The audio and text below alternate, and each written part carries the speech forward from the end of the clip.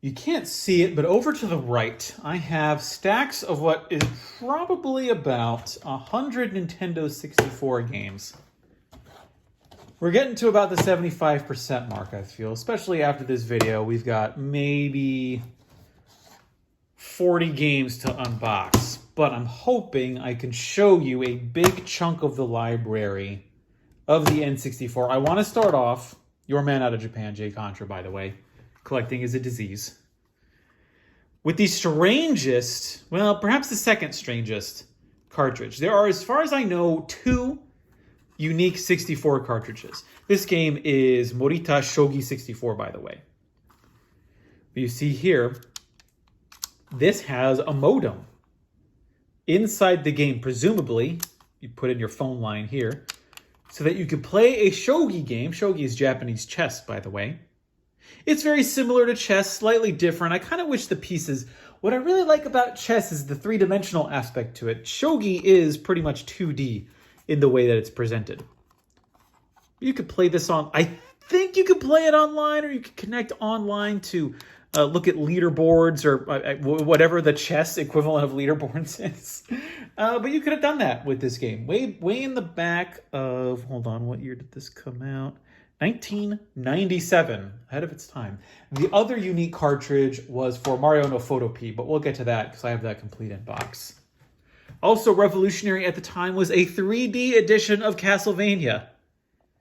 I don't know if it's actually good or not. I've heard that it's somewhat notorious for not being good. Real action adventure. This is what? Akumajo Dorakura something. Akumajo Dorakura Mokushiroku. Don't actually know what that means, but it's the real action adventure. I'm sure it's okay. I mean, I've never been one for 3D Castlevanias anyways.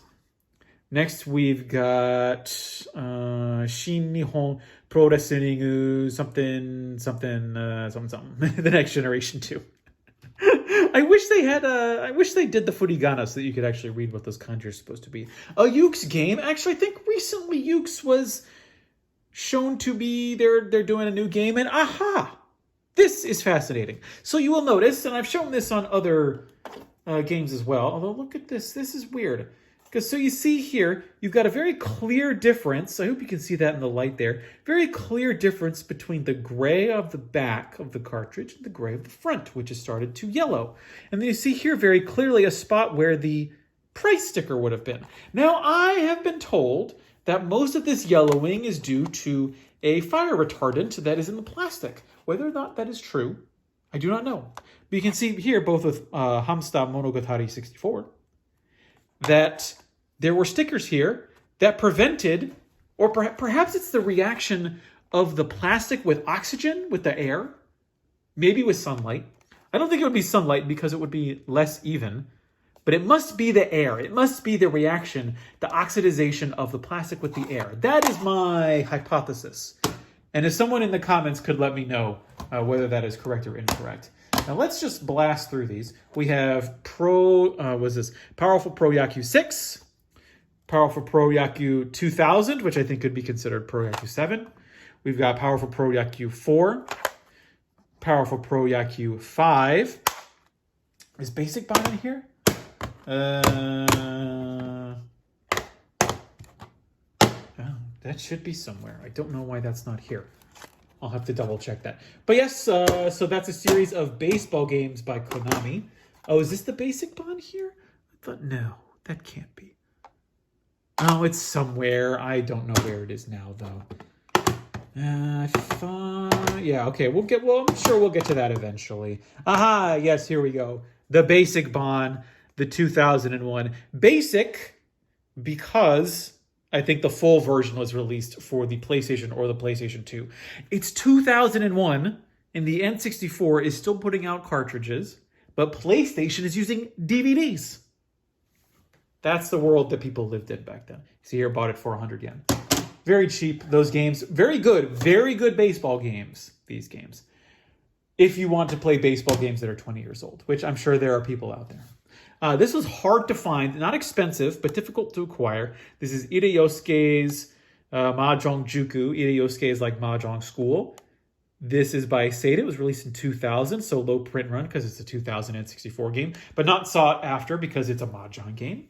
Ideosuke is, I'm guessing, a famous Mahjong player. I think I've played it, but it's fine. It's fine. Yes, Jikyo J League Perfecto Striker. I think this got released as like World Soccer outside of Japan. I believe basically using the same engine by Konami, but using, rosters from teams in Europe and the United States. This is, of course, using only Japanese players. See, yes, like Jikyo Warodosaka 3. I think this is technically the second one. This is the second one. I'm not sure. It might have been the first one. Kirby 64. I could have sworn I had this in the box, but it turns out I do not. Kirby 64, delightful little N64 game. Came out in 2000. Continuing Kirby streak of being games released late in the system's life cycle. Almost, but not quite after the release of the GameCube. Of course, released in 2000. GameCube was released in 2001. Jinsei Game 64. So the Game of Life, you may know the board game with the spinny, clicky thing that determines how far you move. The Game of Life is pretty popular in Japan. I see it all over the place. And there are plenty of these games, the digitization of the board game. And yes, you are guided by an angel, and there is also a devil that will bring trauma to your life. Very strange game. This is one of those weird N64 games that I'd recommend. It's a weird game that only came out in Japan. It's bizarre, but if you like bizarre Japanese games, it's worth it. Here's a Japan-only game. This is Eikyo no Sento Andoriusu. This takes place at the St. Andrews Golf Course. It's a golfing game. It's fine. I think this is a launch game. Yeah, because see, it's 1996. This was a launch window game for the N64. I don't know why the N64 had so many golfing games, considering that their primary audience was younger, and golfing is a game for the old in Japan. I mean, it's a game for the old in America, but especially in Japan. So I don't know what they were thinking. Cup Maniacs. This is actually the sequel to Fighting Cup, actually making it busier. We've seen a lot of games that started off with very quiet labels, although I wouldn't say this is exactly quiet, but then it gets even busier. Lots of stuff happening here in Cup Maniacs. Next, we go to Jikyo GI Stable. There's actually a couple. I have their Derby Stallions here somewhere. There are actually 2 horse breeding simulators for the N64 in Japan. Horse breeding in Japan is apparently a thing. It is bizarre that in a country that does not have a lot of space, they have horse races for the very, very rich.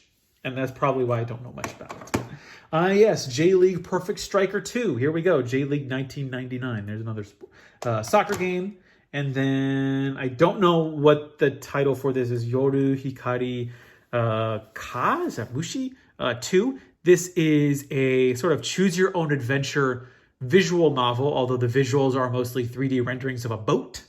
You're on some cruise ship, and then an accident happens, and then you go back to the boat for some reason and someone's died. Oh, and then I've tried playing this multiple times, but I die every time, so I get killed by the murderer. Wouldn't recommend unless you're good at Japanese, and I'm not good at Japanese, so that's why I always died. And we get Mischief Makers, which is what I call Mischief Makers, called Troublemakers in Japan, published by Enix and developed by Treasure. Really want to sink my teeth into this game, but I haven't been able to do that quite yet. One of the few games that I think I want to upgrade to a complete in-box copy. It's not that expensive. It's like $15. Nintama Rantaro 64 Game Gallery, a collection of mini games for the child's anime. It's not great. I did a review of it on my channel years ago. Don't recommend it unless you're trying to complete an N64 set, which I would also not recommend. Complete a GameCube set. You'll have a lot more fun doing that. Here we got Famista 64, a Japanese exclusive baseball game. And then we have Konami's Hyper Olympic 64, released in 1997, in preparation for the Nagano 1998 Winter Olympics. The reason why we have so many ice-based sports games for the Nintendo 64. Why don't we top off the video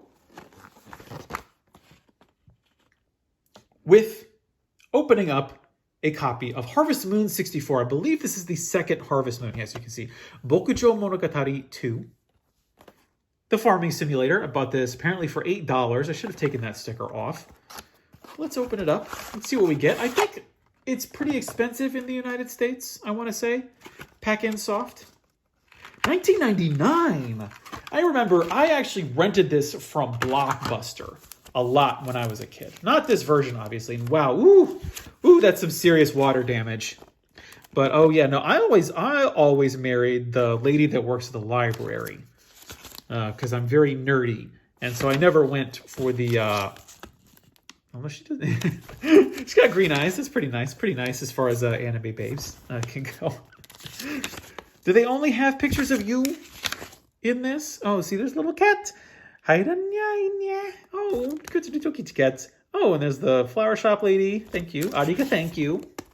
Yes, oh yes, all of these. And then don't they level up? You can get like gold hammers and axes and scythes. Oh man, I have very, very fond memories of farming on the N64. See, like, yeah, there's your farm. There's the town.